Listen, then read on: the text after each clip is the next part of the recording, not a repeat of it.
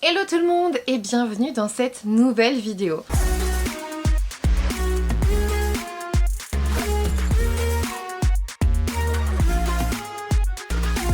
Aujourd'hui il s'agit du book haul d'octobre et vous allez voir j'ai reçu pas mal de choses, j'ai acheté quelques trucs. On arrive à 33 livres en plus dans ma pile à lire, montagne à lire, ce que vous voulez à lire, vraiment énorme.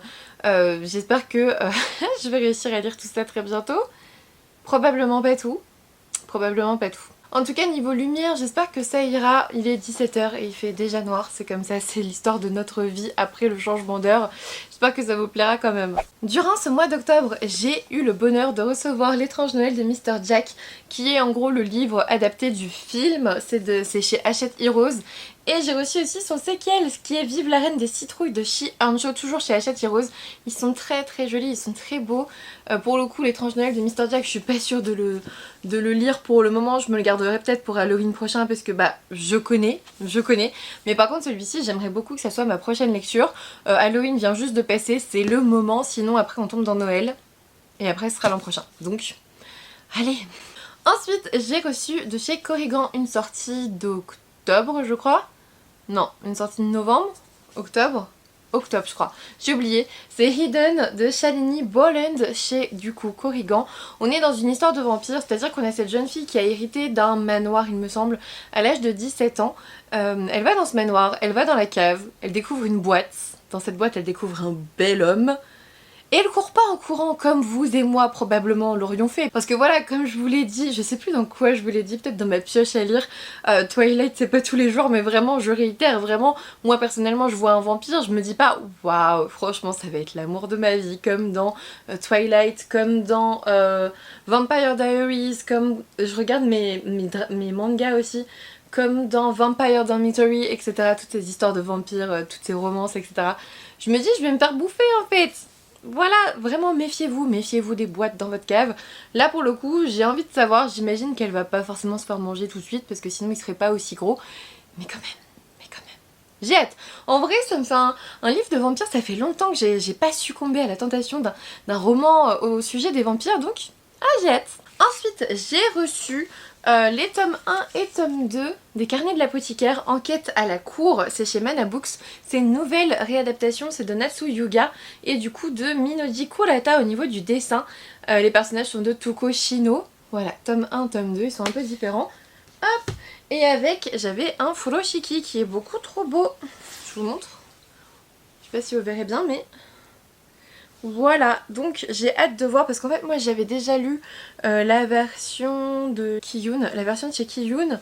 J'ai lu peut-être les 2 premiers tomes je crois. Donc j'ai hâte de découvrir cette nouvelle adaptation qui apparemment est plus fidèle au roman que l'autre. On va voir. On va voir. J'ai pas lu le roman donc dans tous les cas je verrai pas la différence, mais on verra ce que j'en pense même au niveau du dessin surtout. Ensuite, j'ai reçu un super webtoon de la part de Kotun. J'ai reçu Seule la mort attend la vilaine de Suwol et Gwon Gyeol. C'est le tome 3. Vous le savez peut-être déjà, en plus ils m'ont mis des marque-pages, c'est trop adorable franchement. J'aime bien en plus ces personnages, même si ce sont pas mes préférés. J'aime bien et en plus ils vont très bien avec la suite de l'histoire. J'adore Seule la mort attend la vilaine. On est avec cette jeune femme qui joue à un jeu vidéo type amour sucré globalement. Je pense que si je vous dis ça, vous voyez à peu près de quoi je parle. Elle joue la nuit et elle réussit pas le mode difficile. À chaque fois elle perd, etc. Elle s'endort. En gros elle se réveille un peu dans le mode difficile, c'est-à-dire qu'elle se réveille dans la peau de la vilaine de l'histoire et il faut pas qu'elle meure parce qu'en fait, durant la nuit quand elle a perdu à chaque fois c'est parce qu'elle mourait en tant que vilaine. Donc elle va tout faire pour survivre. En fait c'est ça, elle va essayer de survivre dans un jeu vidéo. Et c'est trop bien, j'adore cette histoire, vraiment je vous la recommande, c'était super chouette. Super chouette. Ensuite, encore une sortie de chez Corrigan, pour le coup c'est en effet octobre, c'est Le destin du roi loup de Tessonja Odette, c'est le royaume des Fae, le tome 2. Lisez-le en premier, je vous l'ai déjà dit. Pour moi, Le cœur du prince corbeau était sorti en premier chez Corrigan, mais en second dans les pays anglophones, et vous avez les personnages du destin du roi loup, et vous savez ce qui se passe, et vous connaissez quelques relations entre les deux, donc lisez celui-ci d'abord, c'est une réécriture de La Belle et la Bête, pour pouvoir lire Le cœur du prince corbeau après, qui est une réécriture de Cendrillon qui est vraiment très chouette. Moi j'ai hâte vraiment, Le destin du roi loup, c'est ce que je voulais lire en plus parce que vraiment moi je suis plus La Belle et la Bête que Cendrillon. Je l'ai enfin, je vais pouvoir le dévorer, je suis très contente. Ensuite, aux Aliénales, j'ai pu récupérer un service presse directement auprès de l'auteur chez L'Homme sans nom, donc HSN. C'est La ville au plafond de verre de Romain Delplanque, chez L'Homme sans nom, je vous l'ai dit. On vous dit qu'Orost bouillonne dans la capitale économique de l'ancien empire des Trois Terres, déjà noirci par la fumée de ses verreries, on sent désormais la poudre des arquebuses. Ces rues regorgent de blessés de guerre et de réfugiés. La cité crépite de tension entre ses très nombreux et très pauvres verriers et les riches et savants forgiers, propriétaires de l'armoire, le mystérieux métal capable de transformer les rayons du soleil en énergie. L'alliage de leur science a bâti la renommée de Korost, leur rivalité préfigure son explosion. Dans ce chaudron vivent Enik, l'institutrice, Isven, le jeune orphelin, et Katlik, la sœur éplorée. 3 vies, 3 destins emmêlés dans les chevaux de fils tissés par les jeux de pouvoir de la ville, 3 mèches allumées qui peut-être transformeront la poudrière en bombe. Il est splendide en plus, il est très très beau, ça a l'air très chouette et en même temps, au vu du résumé, je me dis bon, il va pas falloir que je sois trop fatiguée en le lisant parce que même là, en vous lisant le résumé, j'ai galéré. C'est bien écrit en fait, c'est super bien écrit. Il va falloir un certain effort de lecture peut-être, à voir. À voir, je sais pas si le résumé est ultra travaillé et du coup, voilà, ça fait ça. Ou si c'est la plume de l'auteur. Là, de ce que je vois, la plume de l'auteur est beaucoup moins... et très très bien, mais on n'a pas des mots compliqués pour autant, voilà. Donc à voir. Ensuite, encore dans une box que je vous ai montré en réel sur Instagram et en short aussi ici il me semble, j'ai reçu La maison aux ailes déployées d'Olivia Wildenstein, qui est un peu abîmé ici mais c'est pas grave, aux éditions Corrigan. Il est très très beau, il a l'air très très bien. Il y a une lecture commune dessus la semaine prochaine, donc moi personnellement je vais y participer. C'est à partir... Bah pour vous c'est aujourd'hui, pour vous c'est mercredi 8. C'est maintenant sur le Discord de Corrigan. On vous dit mi-fée et mi-humaine, Fallon vit une existence misérable en travaillant dans une taverne pour subvenir aux besoins de sa famille. La jeune femme est détestée par l'élite des faées au sang pur, à l'exception de Dante, le prince de Luce, dont elle est amoureuse depuis qu'ils ont échangé un baiser. Mais cet amour entre une moins que rien et un prince est impossible, jusqu'au jour où un oracle prédit à Fallon un avenir dont elle n'aurait jamais osé rêver. Elle pourrait bien devenir reine, à condition qu'elle libère une créature ailée aux immenses pouvoirs. Je ne lis pas plus que ça comme à chaque fois. J'ai hâte, en même temps c'est une sacrée bricasse, mais j'ai hâte. Ensuite, un roman peut-être un peu moins réjouissant. La liste des regrets de Mickey Brammer qui m'a été envoyée par les éditions Erol. On va parler mort. On vous dit, la mort, Clover connaît bien. En tant que Tanadoula, elle aide des inconnus à vivre leurs derniers jours dignement. Elle recueille les confidences de ses patients et les accompagne jusqu'au grand saut. Un métier sur mesure pour cette grande introvertie qui fuit la compagnie des vivants et leur préfère celle de George, son adorable bulldog. Mais la rencontre de Clover avec une nouvelle patiente chamboule tout. Claudia est une vieille dame pleine de fougue, hantée par le souvenir d'une ancienne histoire d'amour. Pour l'aider à tourner la page, Clover part sur les traces de l'amoureux perdu. Ça a l'air beaucoup trop bien. Ça a l'air beaucoup trop bien. J'ai trop hâte de lire. Il est sorti le 2 novembre. Il est sorti le 2 novembre, donc là, cette semaine. Ça me fait envie. En même temps, on parle mort et deuil, forcément, à chaque fois, j'ai envie. Voilà. Ensuite, des éditions Le Livre de Poche, j'ai reçu Porcelaine de Célia Flo. C'est un roman qui me faisait très envie à sa sortie en grand format, et puis finalement je m'étais pas laissée tenter. La version poche me va très bien. On vous dit le dragon, le tigre, le kirin, la tortue, le phénix, pardon. 5 clans composant un empire. Une matière magique, la porcelaine, qui exprime l'état d'âme des êtres et des clans. Un seigneur ambitieux prêt à se révolter contre l'empereur. 3 adolescents pris dans un conflit qui les dépasse. Ça a l'air très chouette. Ça a l'air très japonais, asiatique en tout cas. Ensuite, j'ai reçu un recueil de nouvelles, ce qui n'est pas forcément ma tasse de thé, je vais pas vous le cacher, mais actuellement sur Twitch, il y a un sub-goal, c'est-à-dire un objectif d'abonnement qui me fait lire des nouvelles, et je pense que ça sera celui-ci. Il s'agit de Ô merveilleux de l'enfance, qui est un ouvrage, on va dire chapeauté par Mathias Malzieu, et dedans on retrouve plusieurs auteurs, parfois étonnants, comme par exemple Josiane Balasco, Baptiste Beaulieu, Cali, Cécile Coulon, on a Virginie Grimaldi, Nicolas Katsiapis, Agnès Martin-Lugan, Zep, Olivia Ruiz, etc. On a à la fois des chanteurs, on a Zep par exemple qui fait de la BD, on a des écrivains type Virginie Grimaldi, bref, franchement je suis assez curieuse. Et en même temps je déteste le format nouvelle, donc bah je vais le lire fin novembre je pense, début décembre quand ça sera validé sur Twitch, et puis bah je vous en donnerai des nouvelles, voilà. je vais me sacrifier. Je déteste les nouvelles, vraiment c'est pas mon truc du tout. Mais c'est tout, on va voir. Peut-être que je vais changer d'avis. Ensuite, trop contente, j'ai reçu le tome 2 de Souveraine de Laura Sébastien, donc c'est Poussière d'étoiles chez Casterman. J'avais adoré le tome 1, je vous en ai parlé l'an dernier. On avait cette impératrice avec ses 3 filles et en gros elle va marier ses 3 filles aux 3 royaumes voisins pour essayer de diriger un empire. Il y a des complots, il y a des trahisons. La fin était incroyable, assez pour que je m'en souvienne encore. J'ai hâte de le lire ce tome 2, je suis trop contente. Ensuite, un livre dont le titre m'a vraiment étonnée, il s'agit de Je veux mourir mais je mangerai bien du tteokbokki de Baek Sehi. C'est chez Le Duc et en gros ce sont les conversations avec ma psy. On vous dit, Baek gère les réseaux sociaux d'une maison d'édition lorsqu'elle commence à consulter une psychiatre. Constamment anxieuse, doutant d'elle-même, elle est aussi très critique envers les autres. Baek cache bien ses sentiments au travail et à ses amis, elle est habile à donner le change, son style de vie l'exige. L'effort est épuisant, écrasant, il l'empêche de nouer des relations profondes. Cela ne peut pas être normal. Mais si elle est désespérée à ce point, pourquoi éprouve-t-elle encore l'envie de déguster du tteokbokki, sa street food préférée? Est-ce comme ça la vie? Le BookTok apparemment en parle, ça va se lire très très vite, hein. Franchement ça va se dévorer. J'ai hâte de voir, franchement j'ai hâte, ça a su titiller ma curiosité, surtout en étant psychiatre, ça ne pouvait que m'attirer, voilà, on verra. Ensuite de chez Feur d'édition, j'ai reçu la saga Harry Potter, la magie de la narration de David Torres et Lucas Torres. Il est trop beau, je vous montre à l'intérieur. C'est, alors ne vous fiez pas forcément au format comme ça, c'est pas un ouvrage rempli d'images, loin de là, hein, on va pas se le cacher. Il y a surtout du texte, mais il y a aussi voilà, des entêtes de chapitres assez cool et du texte assez particulier parfois. Voilà, par exemple, hop, je vous montre quelques pages comme ça. Je crois qu'à un moment donné il y a un article de journal, mais il y a quand même pas mal de pages écrites assez petits, hein. Vraiment je veux pas vous le cacher.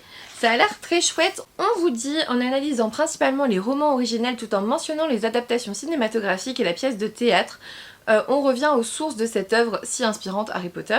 Avec précision, les auteurs en décortiquent les rouages, les thèmes et les symboles tout en rendant hommage à la fantaisie de cet univers singulier à travers une structure et des choix de mise en page récréatifs. Franchement ça a l'air chouette.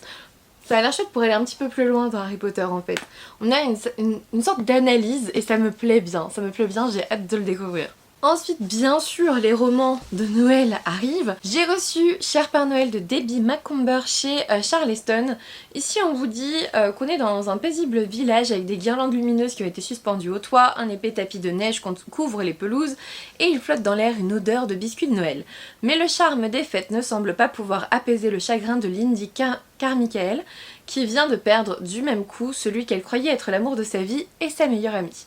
Alors quand sa mère lui conseille de renouer avec sa tradition d'enfance en envoyant une lettre au pôle Nord, Lindy est sceptique. Pourtant, la dernière fois qu'elle a rédigé une lettre au Père Noël, un beau-père est miraculeusement apparu dans sa vie et celle de sa mère.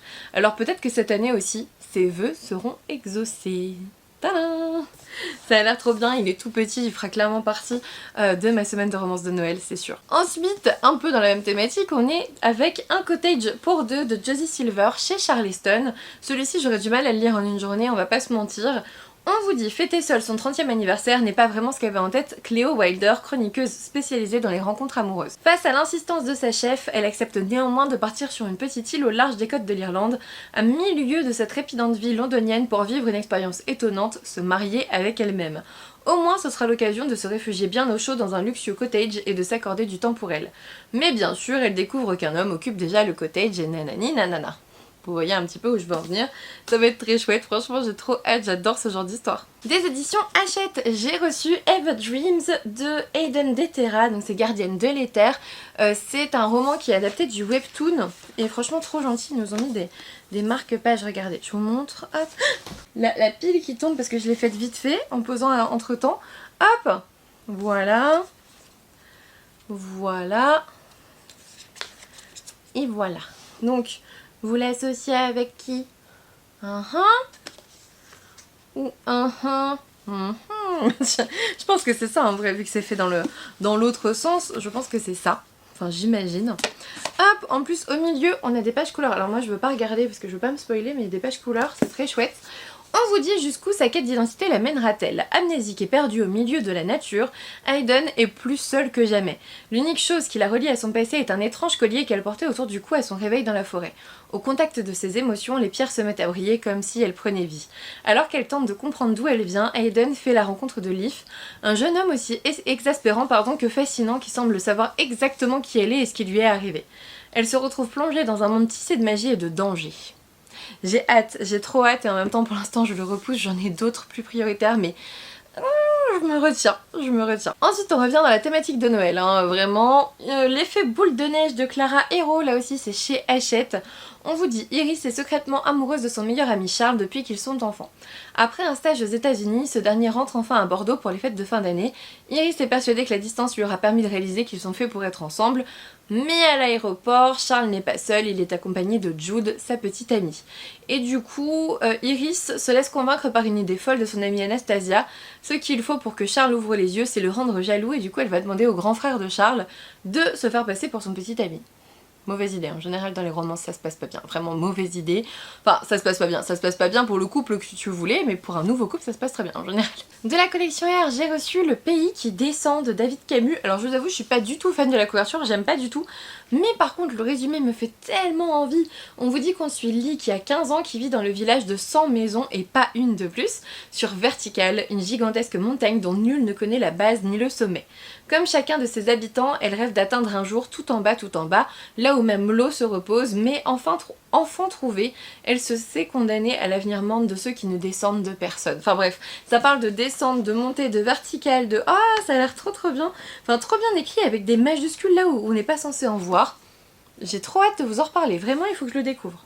Ensuite, j'ai reçu Samura de Oku, c'est chez Alpha, donc chez Vega Dupuis. Je sais absolument pas de quoi ça parle et je l'ai pas encore lu, donc ça va être un peu difficile de vous dire. Mais je peux vous montrer les premières planches si vous voulez. Hop. Voilà. On est sur ce style de dessin. En fait, il n'y a pas de résumé. Voilà. On est sur ce style de dessin, je vous en reparlerai une fois lu. Avant-dernier SP, j'ai reçu Le Restaurant des Recettes Oubliées, deuxième service de Hisashi Kashiwai. C'est chez Nami, c'est le deuxième service, donc deuxième tome de Le Restaurant des Recettes Oubliées tout simplement. On vous dit, nous retrouvons vos plats. Une mystérieuse publicité d'une ligne dans une revue culinaire, pas de numéro de téléphone ni d'adresse, ceux qui souhaitent se rendre au restaurant Kamogawa doivent compter sur un soupçon de magie pour arriver à bon port. Seuls les habitués et les clients guidés par le destin trouvent leur chemin jusqu'à la petite bêtise cachée dans les ruelles de Kyoto qui propose à ses convives de recréer les délicieux mets qui ont marqué leur vie. Je suis sûre que ça va être contemplatif. Je pense que je vais m'enchaîner les deux. parce que j'ai pas encore lu le premier, donc je vais m'enchaîner les deux. Puis voilà. Et enfin, je suis très contente d'avoir reçu son livre parce que je la suis sur les réseaux et j'aime beaucoup ce qu'elle fait. J'ai reçu le guide des K-dramas, donc 150 recommandations de dramas asiatiques. C'est fait par Sam et les dramas et les illustrations d'Aiden Detera. Pour le coup, Sam et les dramas, si vous ne la connaissez pas, c'est elle. Je sais pas si vous l'avez déjà vue sur les réseaux. Voilà, elle est très chouette, très pétillante, très pailletée aussi.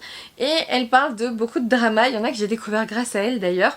Franchement, est-ce que je peux vous sortir une illustration trop chouette? En fait, elle a rangé ces différentes dramas, ces différentes recommandations de dramas en diverses catégories, donc type comédie scolaire, comédie romantique, romance, tranche de vie, drame et tragédie, historique, etc., fantastique, fantasy, etc. Et du coup, franchement, je pense qu'il faut le feuilleter quand tu as une envie particulière. J'essaye de vous trouver parce qu'en fait, il y a des illustrations qui sont trop chouettes. Bah, par exemple, Crash Landing on You, que j'ai adoré. Regardez-moi cette illustration magnifique. Enfin, franchement, c'est super beau. C'est super beau, franchement.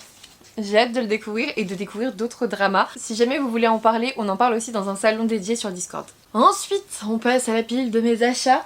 Il y en a moins, promis, on est à plus de la moitié de la vidéo, je vous jure.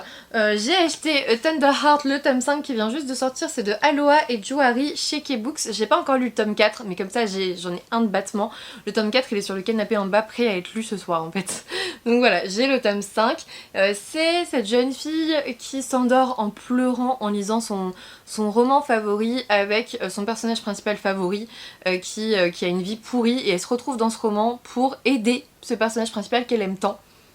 Voilà, évidemment il va y avoir une romance. C'est un webtoon romantique. Voilà, c'est trop bien. Vraiment lisez-le. C'est bienveillant, en fait c'est beau, ça met du baume au cœur. Ensuite, je me suis acheté le tome 2 de Comment Reliana a survécu au manoir Winged Knight. C'est de Whale et Milcha. C'est chez Kotun. Pour le coup, j'avais bien aimé le tome 1. Cette fois-ci, dans cette histoire-là, on tombe dans un livre aussi. Tiens, d'ailleurs. On tombe dans un livre, il me semble. Elle est dans un livre aussi, je crois. Mais peut-être en tant que méchante ou... Ah, j'ai oublié. Il faut que je relise le tome 1, je pense. Il faut que je relise le tome 1, j'ai oublié. Je vous en ai parlé et j'ai oublié. C'est pas grave, je vais relire le tome 1 et le tome 2, ça ira vite. En fait, les webtoons en ce moment qui sortent se ressemblent beaucoup, je trouve. Du coup, c'est pas simple. Ensuite, c'est le cadeau d'anniversaire qui me vient de Stéphanie, donc Steph de Piketty Bookin. Merci encore à elle. J'ai pas pu le mettre dans la vidéo des cadeaux d'anniversaire parce qu'il est arrivé genre 1 ou 2 jours après, je sais plus. Mais du coup, j'avais déjà tourné la vidéo. Il s'agit de Le secret des bonbons pamplemousse de Camille Monceau et Virginie Blanchet. C'est chez Robert Laffont. C'est un ouvrage graphique qui a l'air trop bien. On vous dit alors que l'été approche, les habitants de la confiserie Ito Konpeito, où l'on fabrique ces petits bonbons japonais à base de sucre parfumé, voient revenir Mayumi pour la première fois depuis 1 an. Personne ne connaît les raisons de sa longue absence à l'exception de Shilo, le chat. À mesure que les journées s'égrènent au rythme des saisons et des rituels, les secrets des unes et des autres se dévoilent. Ça a l'air trop bien, ça a l'air tout doux. Le trait de dessin est vraiment chouette, hein. Je sais pas si... vous verrez, mais il y a un côté un peu pastel, un peu comme la couverture finalement, c'est super joli. J'ai hâte de le découvrir et en même temps je le garde un petit peu parce que... ah, je sais pas. je le garde un petit peu et puis je le lirai bientôt, mais pas trop vite. Je vais en profiter de mon cadeau. Ensuite, j'ai bien sûr acheté... Glow, le tome 4 de la saga de Rennes que j'adore, c'est une saga coup de cœur, c'est de Raven Kennedy. Je l'ai pas encore commencé parce que c'est une sacrée bricasse. Il est plus gros que tous les autres, hein, vraiment. Il fait 750 pages, donc je pense que je me ferai ce petit plaisir en janvier ou quelque chose comme ça. Pour l'instant, j'avais lu un peu le début en anglais, donc vraiment le début je l'ai lu, je sais ce qui se passe et tout au tout début, mais franchement je sais qu'une fois que j'aurai mis mon nez dedans, je vais plus ressortir pendant 2 semaines et du coup, parce que franchement 700 pages il me faut le temps de les ingurgiter aussi, donc pour l'instant j'en lis d'autres un peu plus petits pour essayer de passer un peu dans ma palle là, et après je vais sur la pavasse. J'adore la saga de Rennes, vraiment je vous la conseille. Si vous aimez la romance, c'est trop beau, c'est bienveillant, la romantasy surtout, parce que l'univers est très chouette aussi, donc... Et voilà, et en plus je sais qu'à la fin de Glow je vais être en PLS à attendre le tome suivant, donc j'attends un petit peu. Plus j'attends, plus je serai proche de la sortie du tome suivant. Ensuite, je suis prête pour le 1er décembre, j'ai un cœur pour Noël, donc la romance de l'Avent de Sophie Jomain, qui était un peu difficile à trouver mais qui va être réédité je crois en novembre. Je sais pas si vous connaissez le concept, mais c'est super chouette. En fait vous avez des petits carnets comme ça avec 1er décembre et il suffit de l'ouvrir pour avoir votre chapitre du 1er décembre. Et vous avez tout ça évidemment jusqu'au 24 inclus. Donc il y a 24 petits feuillets comme ça a dû être super compliqué à imprimer, j'imagine. Alors moi derrière c'est vrai que en fait c'est trop bien comme concept, n'empêche qu'à la fin tu restes avec un livre totalement ouvert, voilà. Mais je trouve ça super bien d'avoir cette romance chapitre après chapitre. On suit Avril qui a 18 ans, qui a un cœur défaillant et elle a été transplantée il y a bientôt 2 ans. Depuis, tout a changé. Cette année, je reviens dans les Alpes pour fêter Noël avec mon père dans ce corps que j'ai besoin de réveiller. Je suis morte de trouille mais je veux croire au miracle. Et j'ai peut-être raison car à peine arrivée, je revois Augustin et tout est chamboulé. J'en suis sûre, ma vie ne fait que commencer. Oh, oh, oh. Bref, ça a l'air très chouette. On le commence le 1er décembre. Je pense que je ferai un salon exprès sur Discord si jamais vous voulez nous rejoindre. On peut se le faire en lecture commune, en fait, en calendrier de l'Avent commun, quoi. Ensuite, vraiment toute fin octobre, je me suis acheté The Five Crowns, donc la cour de la haute montagne de Eke Mulford chez Slalom. Alors si jamais vous avez pris la version reliée, faites attention, en fait, que ça soit version reliée ou version brochée, les dorures se barrent et ça fait chier en fait. Regardez, je vous montre juste... Je sais pas si ça va faire le focus, mais sur le nom, on voit que ça se barre. Donc c'est dommage. C'est dommage, mais bon, au moins j'ai la version brochée, c'est déjà ça. On vous dit... Depuis le massacre de sa famille et de son peuple, Rémi a dû apprendre à cacher ses pouvoirs pour survivre et accepter une vie de fugitive, chaotique et incertaine. Aussi se croit-elle perdue lorsqu'elle est capturée pour ses dons de sorcière rouge par un prince Faé, connu pour sa vie dissolue et ses prouesses guerrières. Elle ne tarde pourtant pas à découvrir que les intentions de cet homme sont plus complexes qu'elle ne le craignait et surtout loin d'être innocente à son égard, ce qui la surprend mais n'est pas tout à fait pour lui déplaire. Bref, il y a de la romance aussi dans l'air, j'ai hâte de voir ce que ça donne et en même temps je le manipule pas trop parce que j'ai peur que les dorures se barrent encore plus, donc Voilà, je suis un peu entre deux. Ensuite, celui-ci, je le voulais trop, mais je l'ai pas encore commencé. Mais en plus, je pensais pas qu'il était si gros. Encore une fois, pourquoi vous faites des aussi gros livres? Il fait quasiment 500 pages. Les Trônes Trahis de Nesrine Amari, donc Quand le baiser de la couronne devient mortel, de chez Stardust. On vous dit, je suis la princesse Phoebe Alcyon, ou Alcyon, je sais pas, unique espoir de mon royaume. À Cydia, la magie s'affaiblit depuis le régicide de mes parents, le peuple crie sa famine et sa colère. Nul autre que moi n'est en mesure d'assouvir notre vengeance. Pour cela, je dois réussir à infiltrer la cour de leur assassin, Emrys Heartless, jeune souverain du royaume de Killan. Sous une fausse identité et armée de mon pouvoir le baiser de la mort, je suis déterminée à lui faire payer son crime. Mais je vais devoir redoubler de ruse pour me frayer une place parmi la noblesse. Entre bal fastueux et jeux de séduction, il me faudra briser la carapace d'Emrys. À condition de survivre à l'échiquier grandeur nature de la cour où chaque pion doit être savamment avancé. Bref, il y a des complots, il y a une cour et il y a une vengeance. Tout ce que j'aime, vraiment tout ce que j'aime. J'ai trop hâte de voir, j'ai trop hâte, j'espère que ça va me plaire, j'ai trop hâte de voir. Ensuite aux Aliénales, j'ai acheté Les personnages s'éveillent sous les flocons de Sophie Gemin. Je sais pas si je pourrais lire en une journée ça. Il fait combien? 300 pages ça va être chaud. 300 pages ça va être un peu chaud. On vous dit qu'on est avec Lia Josserand et son père qui sont très fiers du refuge dans lequel les reines sont élevées en liberté dans des pâturages verdoyants. Les fins de mois sont difficiles mais jamais ils n'abandonneraient leurs animaux et encore moins pour les vendre au chef étoilé qui voudrait les mettre à sa carte. À quelques semaines des fêtes, le temps presse pour Baronne Vérony, il veut du renne à son menu de Noël.